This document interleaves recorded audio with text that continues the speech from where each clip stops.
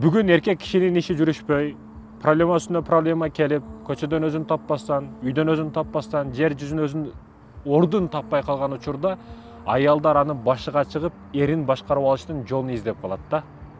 Ушул эркекти эми момент келди, эми учур келди, эми менин доорум келди, эми менин убагым келди деп көптөн күткөн учурум эми келди деп туруп баягы эркектин башына чыгып алыштын аракетин кылат. Урматтуу эже карындашым, бул эң чоң жаңылыштык, ката, эң жаман ой, пикир. Жаман пикир бул.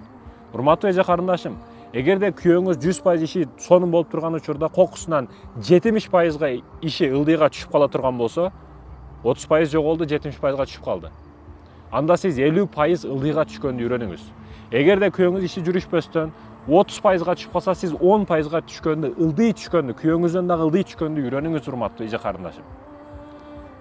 Эркекти башкарып алам дебе. Эркекти башкарып алам деген учуруңда адашасың, жана андан ажырайсың. Аягы талак менен бүтөт. Ошондуктан күйөөңүздөн кайсыл учурда болбосун ылдый тура бериңиз сиз. Иштери жүрүшпөй атат, жумушу жакшы болбой атат, башкарып ала турган моменти болду деп сүйүнбө, кубанба. Күйөөңдү урматтабаса, сени эч ким урматтабайт. Күйөөңүздөн ылдыйраак даражага түшкөндү үйрөнүңүз ар бир учурда, ар бир кезде, ар бир убакта. Ошонун айы жакшынакай болот. Ошонун акырети, акыбети жакшы болот, урматтуу эже карындаш.